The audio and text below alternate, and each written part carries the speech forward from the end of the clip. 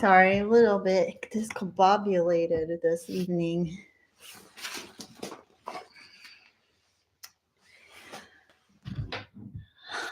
All right. So this chat is just for students of the course. So it's going to be a much smaller group. And the primary purpose of this chat is for you guys to ask questions. And what I'd like to start doing is getting questions from people in advance so that you guys know some of the questions that we're going to be addressing, and you can, specifically tune in if there is one of those questions that you want answered. Aloha.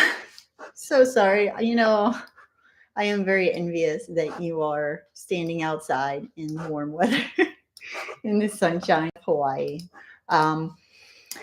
But okay, I just wanted to talk about pretty much what I'm going to be making my video about on Saturday. I just got an email last week from the place I bought my package of bees from, saying that my bees are going to be delayed 3 weeks. And this happened, I think, my second year into beekeeping, when I also bought packages. No, my first year. They were delayed a few weeks because of a bad storm in Tennessee or Georgia. And now this year it's because of the cold weather. They said that the drones are just not really being made yet. So there's not much mating going on. So there's really no new queen bees. Also made me wonder if that is maybe contributing to those hive losses that they're saying a lot of those commercial beekeepers are experiencing, because I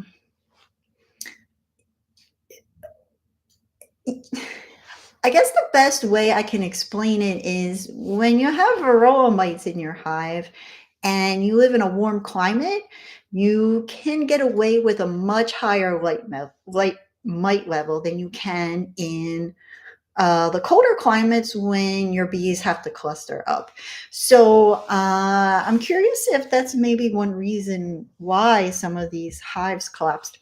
I know some of them collapsed earlier on, before they even had that cold weather.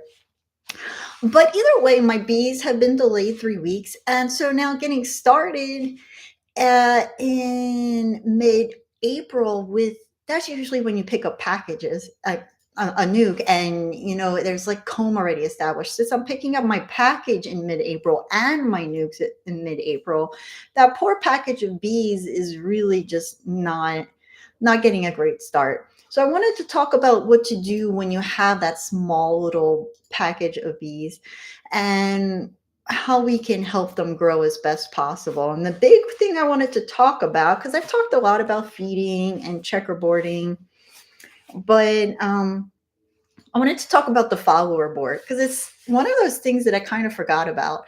I used in my beehive when I had top bars. And when you have a follower board in a top bar hive, it is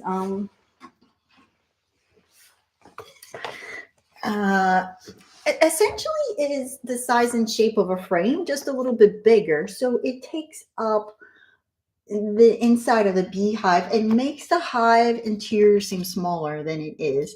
And for a top bar hive, it's crucial, because that's the only way to make your hive seem bigger or smaller. You're not adding boxes like the Langstroth hive. So when you put a follower board in, you're just decreasing that size. And when we were queen breeding at Big Island Bees, what they would do was put grooves in the box, and then they would put a board in that was even tighter than a follower board. And that way you could have 2 small beehives in one box. You would also have to put a second entrance in. We do it on the other side of the box, so the entrances weren't both next to each other.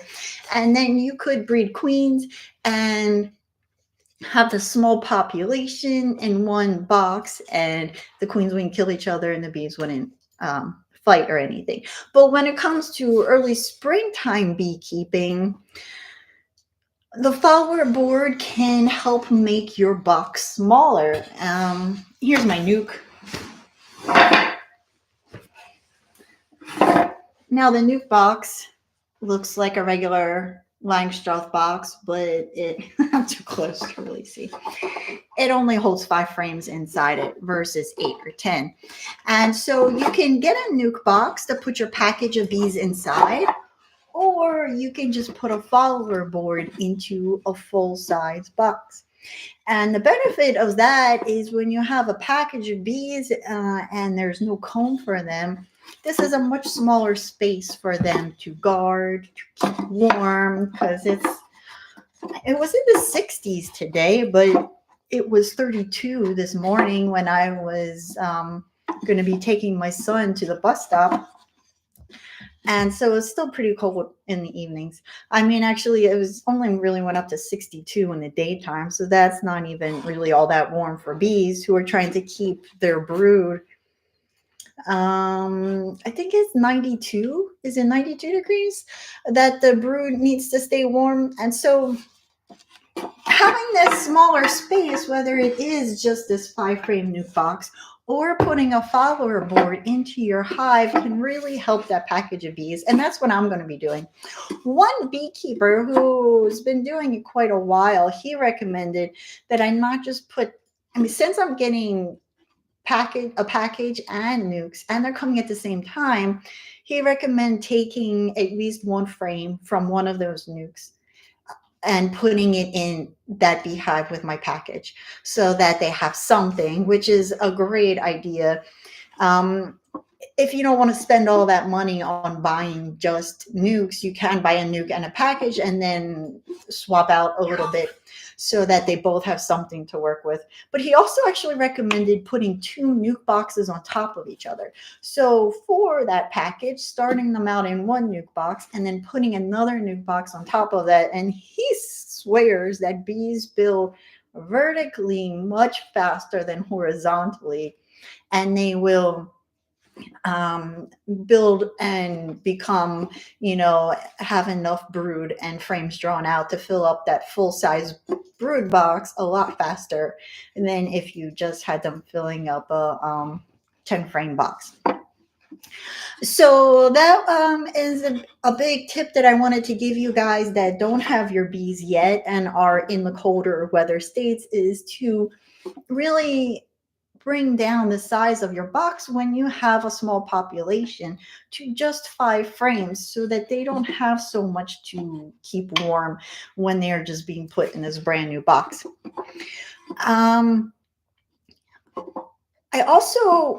There's also other things you can do. You can feed your bees.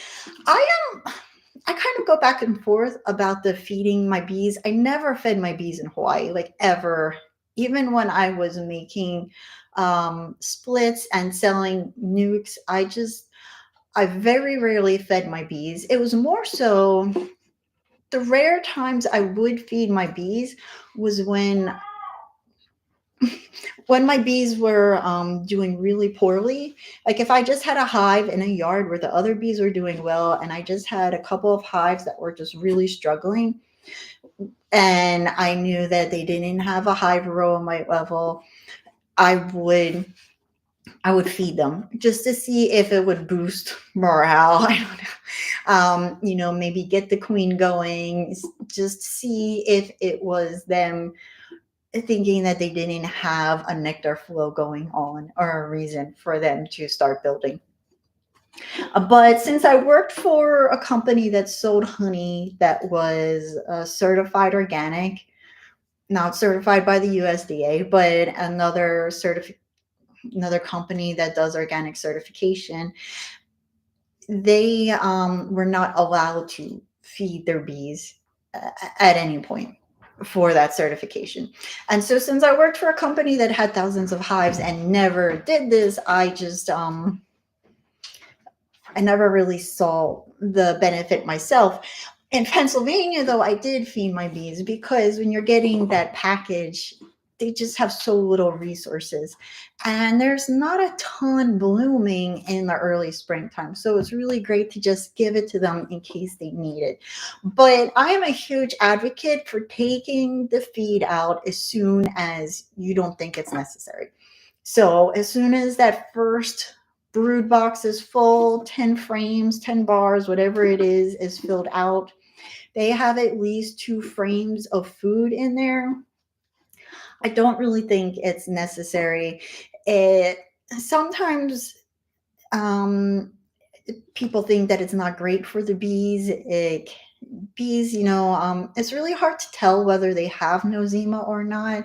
The only way to know for sure is if you look at some bees that are dead under a microscope. It's spores in their digestive tract, and it can happen due to them just having a poor diet. So I'm not like a huge advocate of feeding. I just think it is important to get the bees to build comb and to keep them from starving that first month. And then, of course, whenever you give them feed of the syrup, you should really offer them pollen, or else that when they think nectar's coming in and no pollen's coming in, it can stress them out because the hive is just out of balance. And now the food that's coming in is just very high in one extreme and not in the other. So there's decreasing the size. That is a really big way that you can help your bees, especially when getting a package. There is feeding them, and then it's important to do a ratio of 1-to-1, which can be by volume or weight. I just think it's easier to do by volume than pulling out the scale, and just whatever size container you want, same amount of sugar to water is mixed together. Which is what we refer to as 1-to-1. And I usually add a supplement like Honeybee Healthy to it. Some people will just add some bleach. It's primarily just to keep the syrup from going bad. And that's really important, especially in the warmer months, or if you just live in a warm climate, that the syrup not be going bad. It really, though, depends on the container. So when you have feeders, some of them really need to be filled up all the way to the top. There's 2 different kinds of feeders you can have. You can have one that's a container that you're just pouring the feed in, and there's somewhere for the bees to land to drink from the feed. But then there's the other kind that you fill up the container and turn it upside down, and then there's little holes from the bees to gather from the bottom of the feed. And so those containers you have to fill up all the way. I forgot to bring that feeder out. So in my video, your first month as a beekeeper, I showed a very large blue feeder, and that one you have to fill up all the way and then turn upside down because it relies on gravity to keep it from all of this liquid pouring out. So just keep in mind what kind of feeders you have, because if you have those kinds of feeders, you want to make a lot of syrup at once so that you can fill up your feeder all the way. You don't want syrup dripping down on your bees. If it's still cold out, you could potentially cause those bees to die when they're all wet from syrup. So we have the feeding, we have the decreasing the size inside your hive, either with using a nuke box or a follower board. And if you choose to use a nuke box, you can just cut down a box you already have that maybe one of the corners is broken off. You can build your own, you can buy them. You don't need to buy everything, though. You can really just put them on your original bottom board and just drill like a 3/4 inch hole into the front, and that is sufficient. And you could just put it on a board, 3/4 inch plywood, or your bottom board that you're already using for your full-size hive. And you can buy a nice lid if it's really rainy where you are, or you can just cut down a sheet of wood and make what's pretty much like a migratory lid. It's like a board that just has these little planks on the side to make it easier to take off. And those are incredibly easy to make. And then there is checkerboarding, which is just a way you encourage bees to build their brood. Really, no matter where, at what point the hive is, no matter how big it is, you can checkerboard within a box, or you can checkerboard within your hive to encourage bees to move up. I never put empty box on my hive if I can help it. So I just store comb, drawn out comb with pollen, drawn out comb that's nothing in it, that has a nectar or honey. And so whenever I put an empty box on, I try to put in a frame that at the very least has some kind of comb in it. So it's not just totally empty. If you really, those chest freezers are super helpful as a beekeeper when you have drawn out comb to keep your comb safe. If you're there's going to be a point at which you might see a lot of pollen in your beehive and around where your brood should be, and that is a big sign that your bees are getting ready to swarm before you might even see queen cells, because the queen, she can't fly when she's like in egg laying mode. She's too heavy. I mean, she sometimes she can. I have seen queens fly away, but most of the time it's pretty difficult for her to fly. So they will keep her from laying so many eggs by filling up those brood frames with pollen. And so if you start to see that, and when I start to see that, I will pull that pollen out and store it in the freezer and put that in hives when I am making splits. So that, the less I have to feed of this artificial pollen, the better. And so I freeze that. And then that also just frees up space within the brood for the queen to start laying again and prevent that whole swarming process. I saw a question: can an empty frame feeder be used as a follower board? Do they fit tightly enough within the box? I don't think so.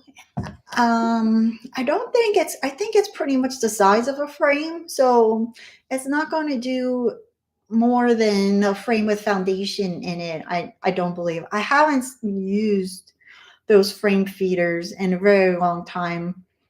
I never owned one myself, but my husband and I stayed on a bee farm in New Zealand, and I went out with him to the kiwi farms to fill up his frame feeders when he was doing pollination services out there. So that was like 7-8 years ago. And those frame feeders, they were kind of loosely in there. So, but they do take up a good amount of space. I mean, I guess they're taking up like a good, like more than an inch, or are they just a width of a frame? I mean, it does take up a little bit of space, and that's less space that the bees have to heat up. But a follower board usually is a little bit of a tighter fit. And I believe it comes down lower. I think that's another key thing, is that it comes down a little bit lower so that it touches the bottom board, or comes pretty close to touching the bottom board, so that it really just kind of separates off the beehive. But like, you're in a fairly warm climate, so I wouldn't worry too much for you of having the follower board. It's though really helpful when it's going to be getting well below 65 in the evenings for the next few weeks when you're picking up a package, that the follower board is going to come in handy a little bit more. The checkerboarding is helpful for anybody at any point. So I mentioned that I checkerboard in my boxes. When I put a new box on, I will always put, in between empty frames or frames with foundation, which is what I consider empty. As long as there's no honeycomb drawn out, there's nothing that the bees created on the frame, that's what I describe as empty. Whether it has foundation that's waxed, or if it's just wire, or if it's the starter strip, nothing made by the bees, then that's considered empty. I'll just put in between every 2 to 3 frames a frame of drawn out comb or some honey or something in there to attract the bees, encourage them to want to come up. And then within the hive, when trying to encourage bees to build brood, you can always, so like, say you get a nuke and it is 3 frames, and so you have this 2 empty frames on either side. When you first put them in the hive, you don't want to do this because you want to leave them alone and let them just get used to their new surroundings. But then you'll, split up your brood. Say you have two frames of brood and another frame of brood, and you'll put that empty frame in between your frames of brood.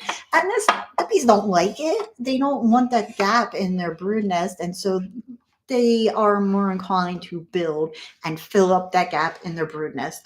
Otherwise, and especially if you are just finding, you don't have to do this checkerboarding, but if you're finding that these frames on the edges of your box, the bees are just never going there and they're just leaving them for weeks and weeks, then definitely checkerboard. Just pull out the last frame that the bees touched, slide it over, and put that empty frame in between the frames with honeycomb on them. It's every hive is different, and just sometimes you see that, and you're like, I don't know what their problem is. I don't know if they just never went past here. Usually in the hive, the frames on either edge of the box are where the bees put their food. Sometimes it's pollen, and then it'll be a frame of honey and nectar, and then the brood. And sometimes it's just honey and not a frame of pollen, and then brood. But once you have that frame of honey, it's rare that the bees will go past that frame of honey and put any more brood past it. And so it can be a slow process for them to transition any of these middle frames of honey to brood and move that frame of honey out. So you can do it for them and be like, I know this middle frame is all honey and you seem happy with that, but I'm just gonna move that over so it's the first frame of the box, because that's usually how the bees set it up. And I'm gonna put these empty frames here, and I'm gonna put this other honey frame here as bookends, or like the bread of a sandwich, and move the empty frames inside.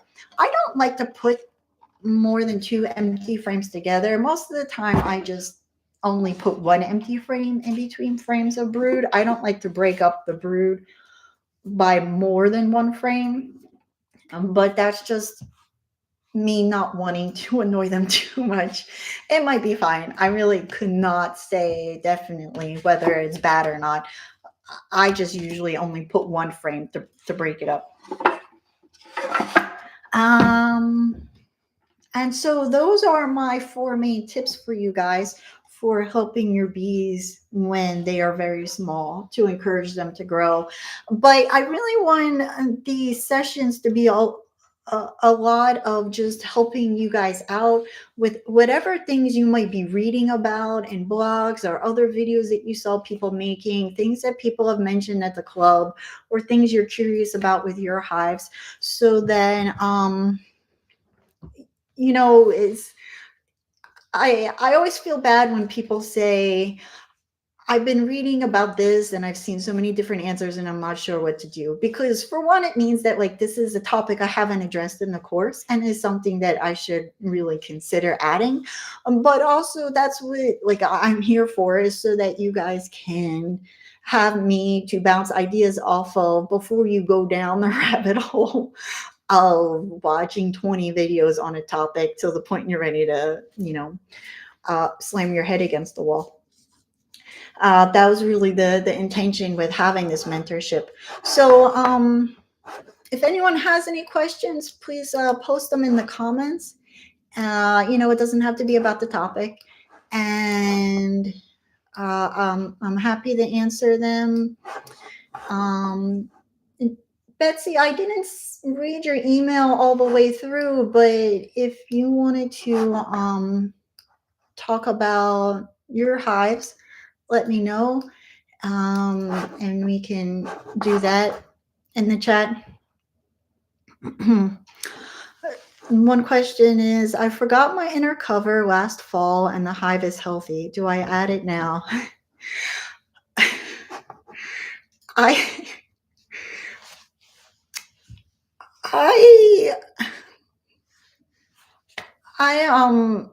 don't really know how to answer that question.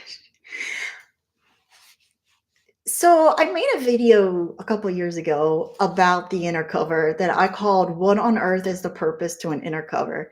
And it is one of those pieces of equipment that I never used, like ever. Honestly, getting my bees this spring will be the first time that I've really used an inner cover. I might have used it a couple times when putting Apigard in the hive. Me? No. I don't think so. I just, I never thought it was helpful. It is helpful in winter time. You can put your winter candy on it, but when it comes to feeding in the spring, you can just put your pollen over the bars of your upper of your box. You can also just put your feeder above the bars. If you have a feeder that it needs to like sit on something, then an inner cover is helpful. Um, One person in Texas with Africanized bees said an inner cover is like crucial. If your bees are kind of cranky, I can't remember if you said that your this new hive that survived the winter is kind of aggressive. If your bees are aggressive, an inner cover can help. If you're finding that when you're prying that outer cover off, it's just like really stuck on, I never had that trouble with my outer covers.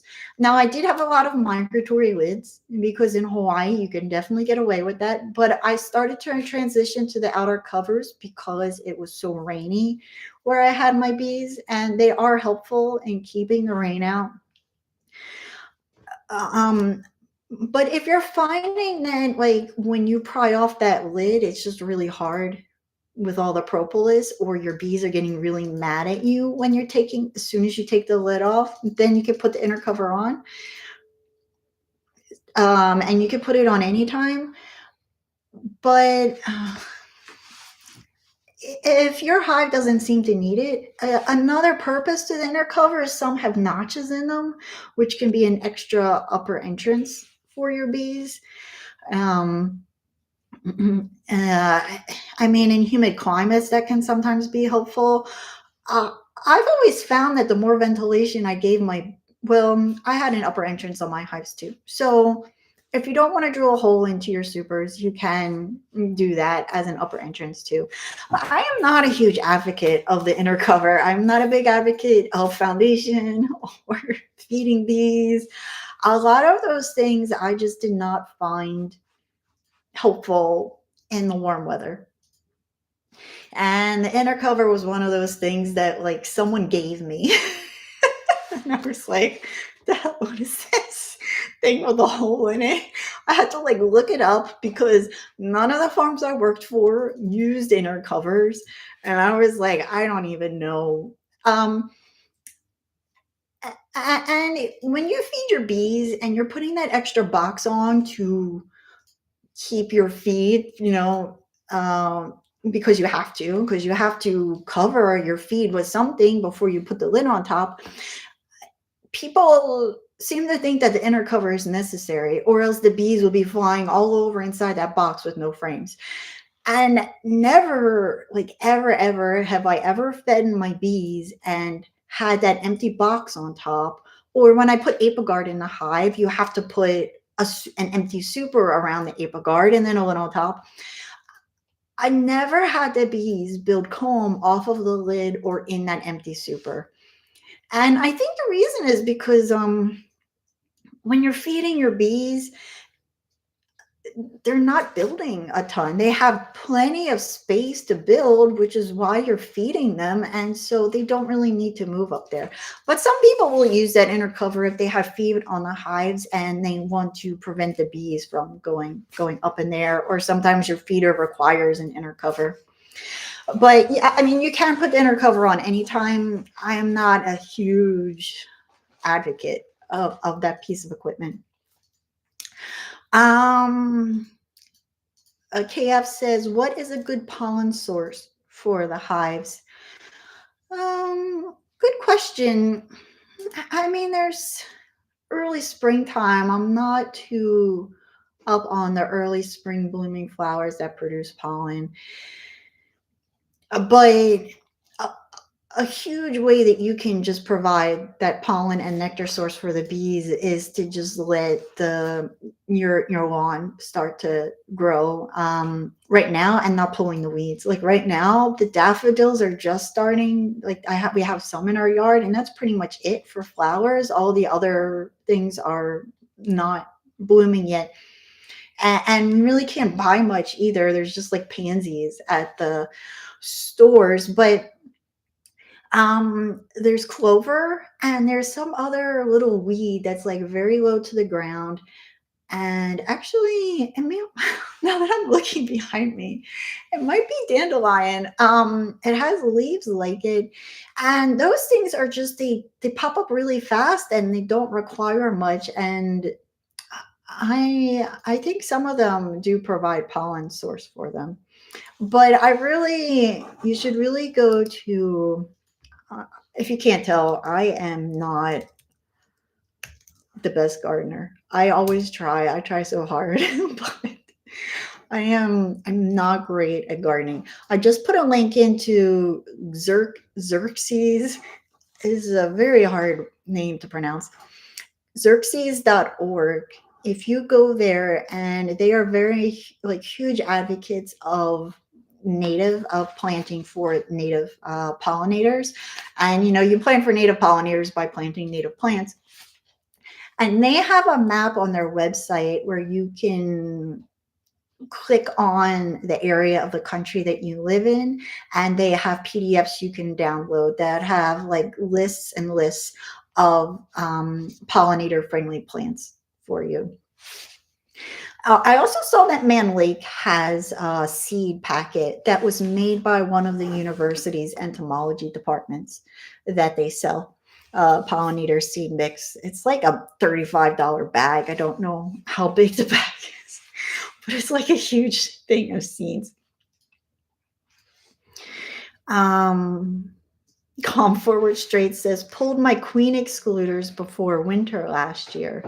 Do I need them, or how can they be replaced safely if the queen can't be located?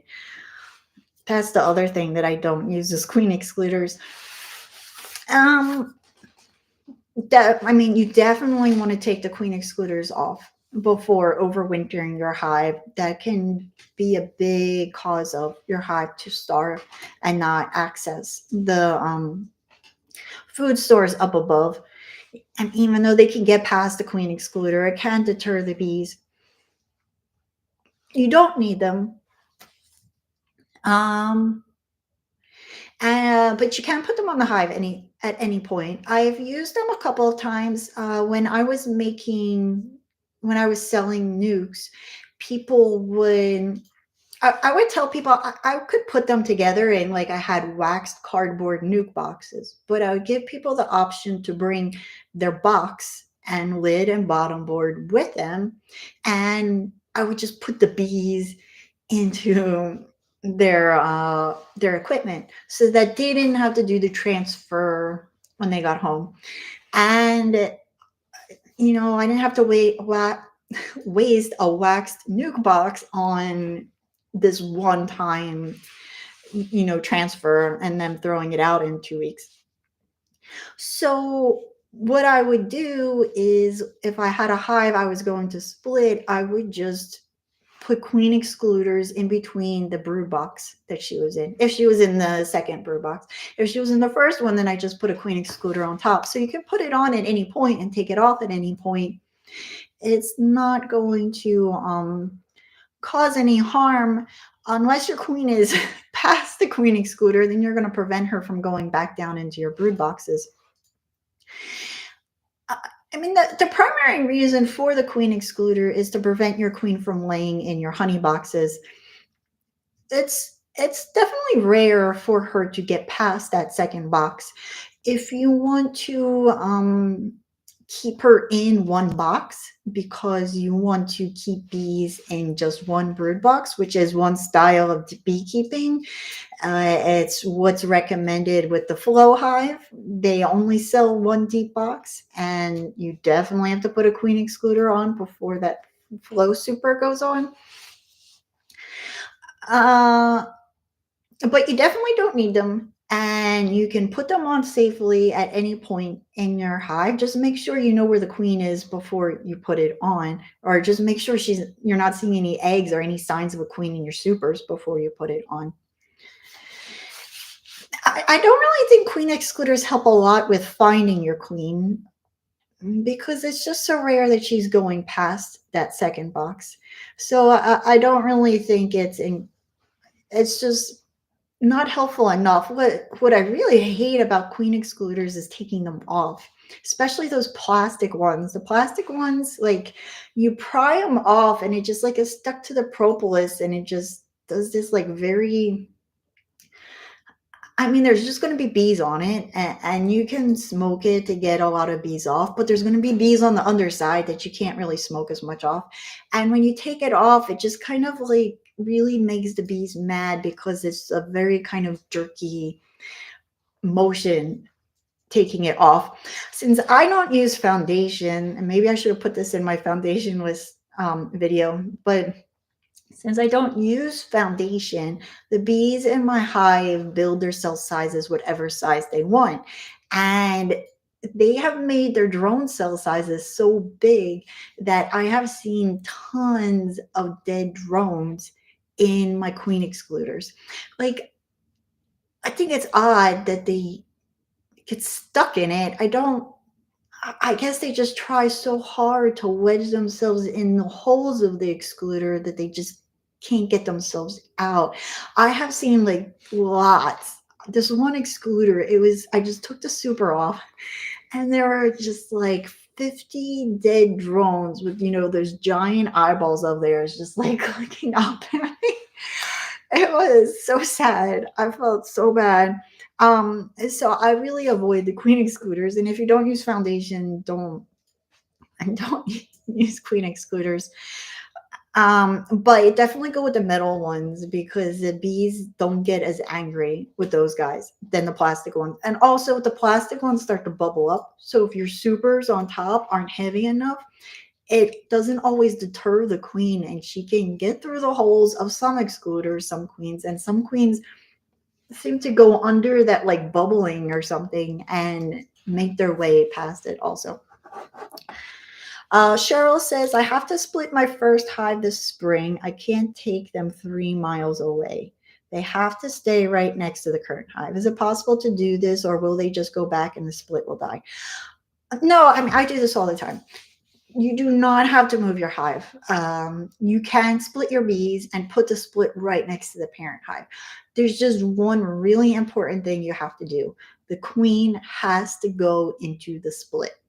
When the queen goes in the split, all the bees that you put in that hive will stay there because they stay with their queen. They don't care where she is. They go where she goes. And so you do want to shake a lot of frames. I mean, like you want to put more bees in than you think should be in the split because some bees, especially, you want mostly, okay, so I should maybe slow down. You want to put the queen in the split, most important part. 2, you want to shake as many bees from your brood frames. I avoid shaking my frames with eggs on them because I don't want to hurt those. But the frames with larva and pupa, I will shake every single frame in that hive into the split. And you don't really want to put any frames of open brood into that split. I mean, you could put like, I guess like 1 or 2, but you have a queen in that split. So you want to leave most of the brood and especially the eggs into the hive that's going to have no queen. And this really helps the hive that's now making a queen because they have a ton of resources and a ton of bees, and they will be able to recover from being queenless, assuming you're not buying a queen. They will recover really fast. And the split, which is considerably smaller, has a queen that's already laying. So they will build and grow really fast. So you put the queen in the split and you shake as many nurse bees from your brood frames, minus the ones with eggs on them, into that split.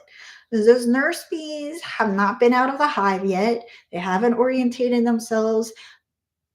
in theory, they don't know where they live. So they're going to stay in the hive and they're not going to leave. When you start shaking frames of honey into your nuke, you're going to get a lot of foragers. And so when you get foragers, when they leave the hive, they might go back to the hive that they're used to coming back to.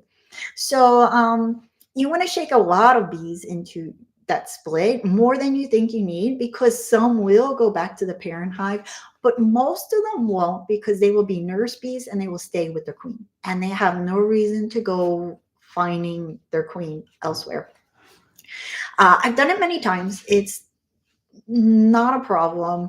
I don't know why people tell you to move your bees. It's not necessary at all.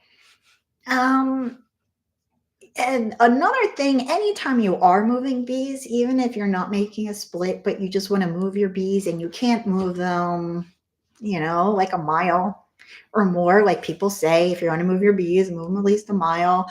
You just want to change the scenery. So you can put the split right next to the parent hive or 3 feet away, but you also can move it 20 feet away or 50 feet away. And it is helpful to take a branch with some leaves on it and just kind of place it like somewhat in front of the entrance. You don't want to block the entrance. You want the bees to be able to leave, but you want them to know that something is different from their entrance. And this is a way anytime you can move bees and make sure it's a way to let them know the location has changed. And so you want to do that in front of the hive, that the split, and put something in front of the entrance. Whenever moving bees, especially if you're not going to move them a mile. But I've done that quite a few times, and it's really not a big deal. I don't. It's one of those beekeeping myths out there people talk about.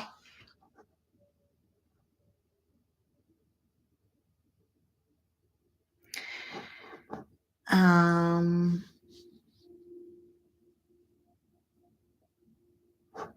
I saw my queen bee today and was so excited. Namcha says it's loud. Is it loud like in the room? Uh Curious Koi says, I saw my queen today and was so excited. It's exciting to see your queen anytime, especially if she's new or you've never seen her before or you've had trouble seeing her in a hive. It's always exciting. It's one of those things about beekeeping that I think you never really uh it never gets old, Calm Forward Straight says, thank you. I think I'll skip. I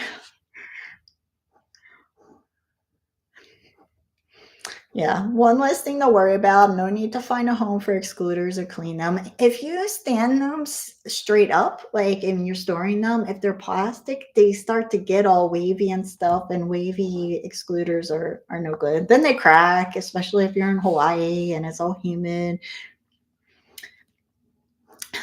There are a lot of treatments for varroa mites. What do you think is a good treatment to control varroa mites? Um, uh, So none of the treatments are great. I will say there's no treatment that is like my go-to treatment that I always recommend to people. They all have their downsides and they have times that they are better to use than others. Oh yeah. So I did want to mention, I talked to a guy from Switzerland yesterday. He works with his dad, who they have like about 80 beehives in Switzerland. His dad's been keeping bees for about 50 years and he's a third generation beekeeper. So his first hive was when he was 10 years old, and they created another heat treatment for varroa mite control. So this is a little different. It comes with a solar panel, so you don't need electricity to power it. And their goal is to be able to have this for people with 50 plus hives like they do and still be useful. But it's like these plates that get put in the hive around the brood frames, but they're not around all the brood frames. So uh, they are starting their Kickstarter campaign in April, and they're going to start shipping them out a few months after that. So I don't know if they will be available for beekeepers this year, this season, but I'm going to be talking with him and posting it, the chat, to the next YouTube live as that first Friday in April. He won't be live because he's in Switzerland and they're 5 hours ahead of us. So, it's like 1 a.m. for him. But uh, if people have questions, they can post them, and then I can bring him back for another chat if there are a lot of questions out there that I can't answer, and I'll show the videos and stuff of them using it. But other than what we don't have the option for right now, there is, in the early springtime, there are a lot of treatment options. And since this is like the start of the season, most of them are great options because if something was to happen, you can always buy a new queen. So you have formic acid. Formic acid is organic, it is effective, and it is a great option in the springtime and something that a lot of beekeepers use. You cannot use it if the temperatures are above like 80 or so degrees, and it can cause queenlessness within a hive. If you use it properly and have the ventilation, that doesn't always happen. But if your queen especially is older, or at least a year or so old, then your hive is more likely to go queenless. It also just messes with the pheromones. So when you're trying to get your hive to build and grow, formic acid isn't great. Uh, but it is an option. And if you are going to wait till your box is at least like totally full, and when you're adding your second brood box on, it's way better. It is not what I would recommend when you're, just with like 5 frames of bees. That's a lot for the bees to have that. They really hate the smell of it. What I was going to do was I was going to put Apivar in my hive. Now that is not organic. It is a synthetic chemical. It is not incredibly harsh. It's not like, the worst chemical to put in the hive, but I do not consume the honey or use the beeswax for any kind of body products or anything in the hive. Those are like foolproof. They are by far the easiest treatment to administer to your bees as a beekeeper. They do not require a mask. And it is the only treatment I have ever put in my hives that the bees seem to not care about it at all. Like, they don't care. It doesn't cause queenlessness. It doesn't cause the bees to abscond. Other treatments, sometimes the bees will move the brood away from it because they don't like it, like hop guard, or sometimes, well, the formic sits on top. But like the hop guard, they act like that stuff is like acid that they don't want to touch. They will abandon the brood near these strips and like start to move away from it. Then you have to move the strips around. Uh, the formic, they really hate the formic. Sometimes you'll see them like all clustering outside of the hive. But with the Apivar, it is just foolproof, and it is incredibly easy and does not bother the bees, and it does not bother the queen, and it does not affect brood rearing. The only downside to Apivar is that it has been overused and it is not effective all over the world. It was not effective anymore in Hawaii. And so a lot of commercial beekeepers were experiencing a really high hive loss. It was not working for me at all, like 3-4 years ago, before my daughter was born.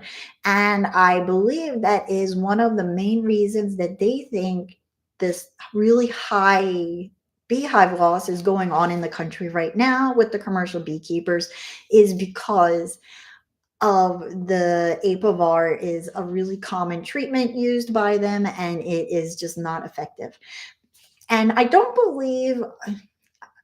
know how many of those beekeepers do mite tests to see how effective it is. But when it comes to apivar, the reason why I'm still going to use it is because I don't want to mess up the brood rearing in my hive during such a delicate period. And if the hives do have mites in them because they are coming from somewhere else, um, I can always test, I can monitor it, I can freeze drone comb, and I can lower mite levels if needed. And I can, even use a oxalic acid vaporizer to lower mite levels and do things like that if necessary. Um, Now there is ApiGuard, which is another great option. It can sometimes cause bees to abscond and totally leave. That is more common, I think, when it's warmer out. Um, ApiGuard is not organic, but it is thymol, which is made from the thyme plant and is considered organic in some European countries. So I did also buy ApiGuard, and the thing is that none of these treatments are great, and you have to kind of use them all because you can't keep using the same treatment every single time, or else you can develop resistance. And so you want to keep a rotation of them. So I bought some Apivar and some ApiGuard, and I plan to use one in the spring and one in the late summer. Then there is oxalic acid, and that is also incredibly effective. The thing is that there are three ways to put oxalic acid in the hive, and oxalic acid is considered organic. You can mix it with glycerin and dribble it in using a syringe.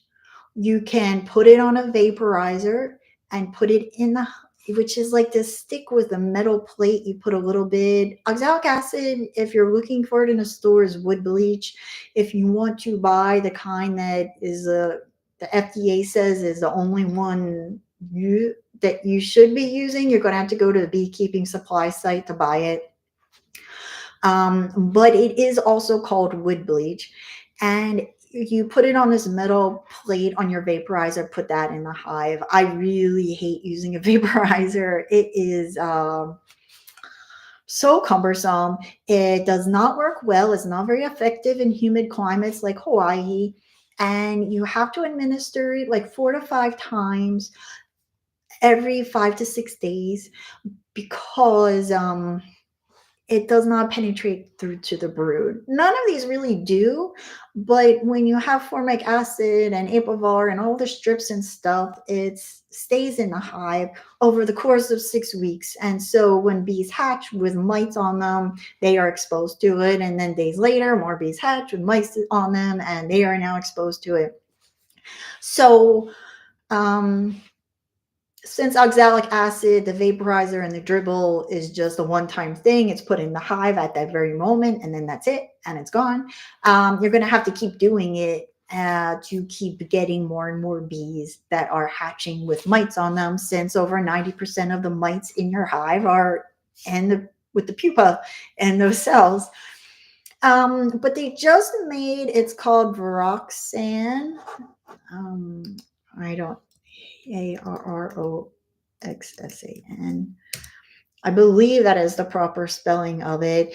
It is sold on a lot of beekeeping supply sites. I saw it on Man Lake, and the Fox something beekeeping company was selling it in smaller quantities. It was like $30, $39 for a pack of them, versus some of the other companies like Better Bee are selling like the $60 box of them, and it's like a lot. But some companies sell them in smaller quantities if you just have a few hives. Do you need to use more than some of these other, like the apivar strips? But probably don't need to spend $70 on a big container. Now they just came out. So I'm going to be buying it and trying it out in maybe the late summer. I don't think I'm going to be using it in the springtime. And um, although it's a lot more expensive than the other two methods to put oxalic acid in the hive, it seems, I think there's going to be a lot less user error when it comes to it. But using the dribble method or the vaporizer is really the best way to get rid of your mite levels in the fall before you close your hive up for winter. Because, there's like those three really crucial times you treat: in the springtime before the honey, in the summer when the honey flow starts to end, and then before you close your hive up for winter. Some beekeepers here actually treat 3 times after they pull their honey: late summer, and then again, and then again. And it's an option too, because it's just the crucial thing for getting your bees to survive winter. It's not the cold. It's, are they strong enough to handle the cold? Because if they can't cluster up, and if they can cluster up to the point that they're keeping the brood warm in January when the queen starts laying again, then the hive is going to collapse. There are beekeepers here that do not treat at all in the springtime. That is an option, but I would say that if you're just buying your bees and they're coming from some commercial apiary down south where the season has already been going for a few months, and these are commercial apiaries that treat all the time and aren't breeding for, hygienic behavior, then and you're not comfortable doing a mite test, and you're not, finding your queen yet, then I would definitely put in some kind of treatment. And really, it can be any of those, and any of them will probably work. Mine is potentially the apivar if you live near a lot of queen breeders. So if I was to recommend the best treatment for the springtime for most beekeepers that are in their first year, I would say that you should either get the time release oxalic acid strips, the Varoxan, or you can try Apiguard, or you can try formic acid. The Apivar might not work in your area, and you won't know it if you're not testing for mites yet, which is totally fine when you're just starting out. And all of those things will stay in the hive for weeks.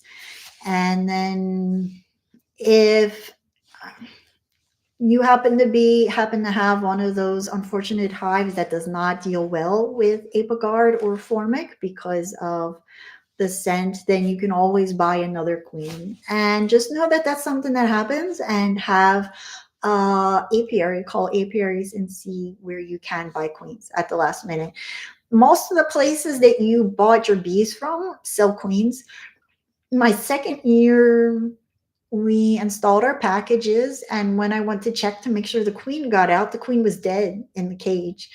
And so I called the place I bought the package from. He still charges me for a new queen, but he met me that Sunday in his driveway. He was just holding a cup of coffee and in his robe. And he just I just got out of my car, and he was just standing there with this queen cage in his hand, and just gave it to me. And I gave him $20, and then ran to my beehives to go put her in. So it is time sensitive, but they can definitely recover if something was to happen. Unfortunately, beekeeping is not an exact science, so I can't give you a definite. None of these things are perfect. I'm really hoping that this heat treatment works well, because using heat to kill the mites and not harming the brood or the queen would be really great.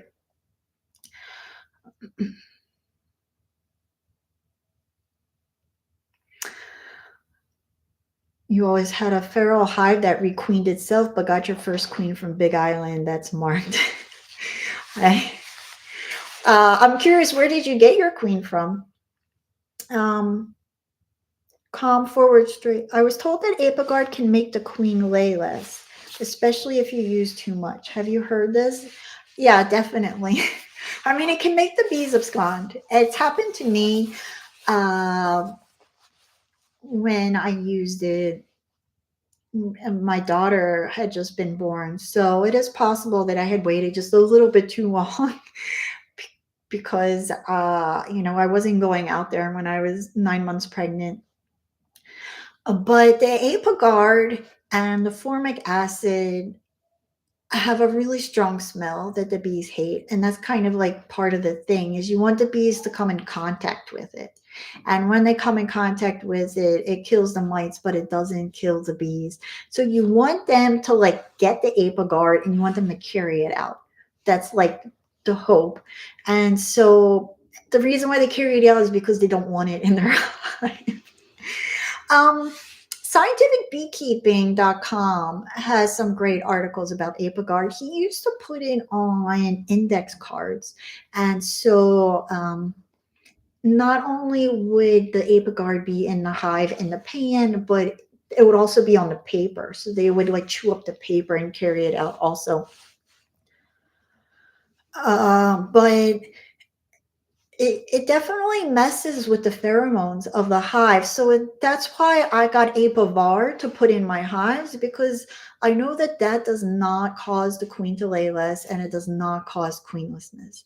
It is possible that it won't be effective on as many mites as it used to be because especially that one package is coming from the Exton Bee Company, and so they drive down south to pick up their bees. I don't know where they get them from, but they're getting from a larger commercial apiary. But the other two hives are nukes, and they're coming from a beekeeper down the road, and so those bees are probably going to have um, hopefully be a little bit hardier. But the package has no brood in it. So even if there are mites on these bees, these are the adult bees, and hopefully they have jumped ship a while ago and won't be those bees won't have too much on them. What I could do, since I do have a vaporizer, is I could take a vaporizer and actually like kind of fog them with a vaporizer when I first get them, which I might actually consider doing before I put the Apivar in, which I won't do until there's brood present and the hive is that first box is mostly drawn out. Yeah, definitely. You want to rotate treatments. You do not want to use the same treatment every time. Really, the oxalic acid is a great treatment before you close the hive up because there's no brood present, and it's really effective. Um, they have not found that varroa mites have developed any kind of resistance to oxalic acid. So that is one of the treatments you could potentially use every single time if you wanted to. And that's really the benefit of like the vaporizer and stuff is that once you buy that thing, you can use it. And the oxalic acid, the wood bleach is pretty inexpensive. It just freaks me out, that whole mask. I hated wearing the mask and you have to connect it. Now we have a riding lawnmower, so it wouldn't be as much of a problem. But when I was out with my bees at other people's properties, having to connect it to like a motorcycle battery and is having to do it like, 4 or 5 cycles week after week. It just took forever. But definitely rotate treatments, and I definitely need to revamp the class when it comes to the varroa mite control, because I think there is a misconception that, and this is something that I see a lot, people saying, all over the place, is that you want to treat once your varroa mite threshold, like it reaches a certain threshold, and you have so many mites in your mite test. And that was really what I was recommending to people. And although that can be true in the springtime, when it comes to the late summer and closing your hive up for winter, you really need to put in a treatment to lower your hive's mite levels if you want them to stand a chance of surviving the winter. Um, in warm climates, you can get away with only treating once your mite level reaches a certain point. Now, like, so Hawaii, I would treat in like January or December, January-ish was when I would put the treatment in, usually like late December. So it was in for 6 weeks. And then the honey season started around February, like early February, late January. Mac nut trees started to bloom, silver oak. And so I would put a treatment in then so that I didn't have to worry about any kind of treatment having to be in the hive with honey coming in, because that's like a big pain in the butt.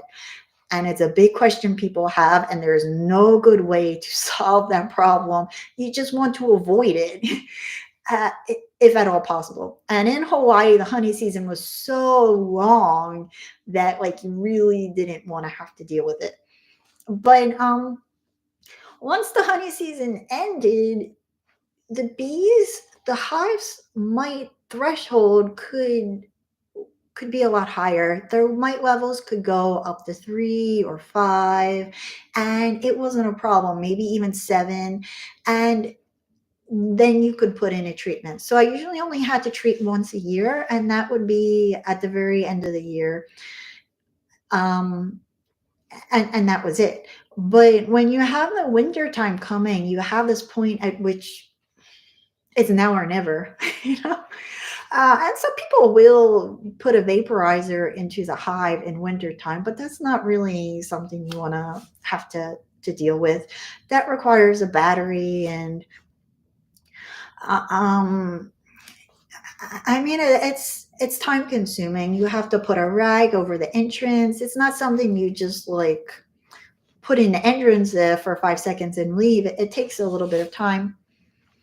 So when it comes to those colder climates, when you have a cold winter, you really need to put in a treatment unless you have a hive that you have tested month after month and consistently, like a good 3 times or more, has a mite level of 0, maybe 1. Worst case scenario.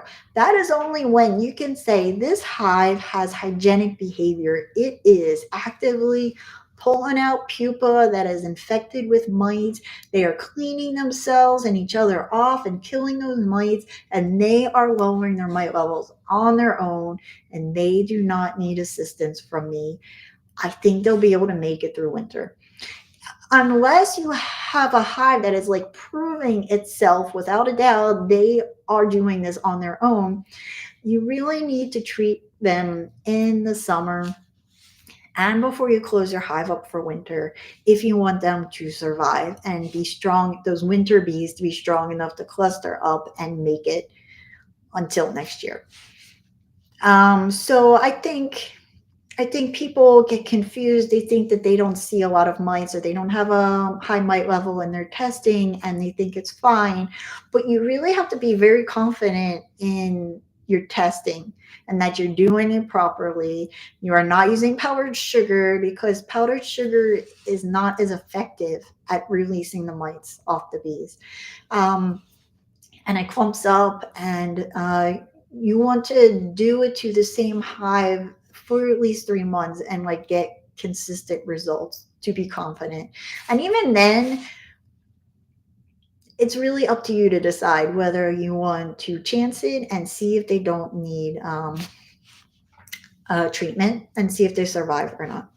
But I will say that, like, even when I talked to Michael Bush, who is a treatment-free beekeeper and has been doing this for decades, he has about a 50% hive loss over winter. He isn't like I'm going to say North Dakota.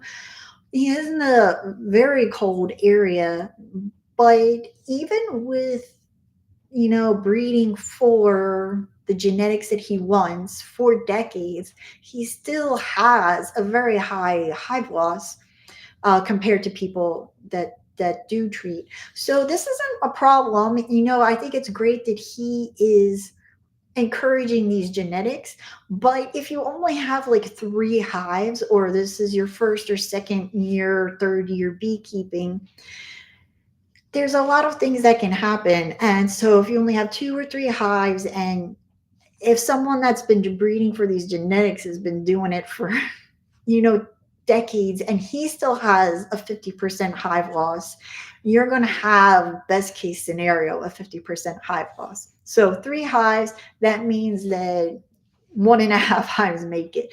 Then say that you put not enough candy in your hive, or there wasn't enough ventilation, or if something happened and it got all moldy inside the hive, you might be down to 1 hive or 0 hives.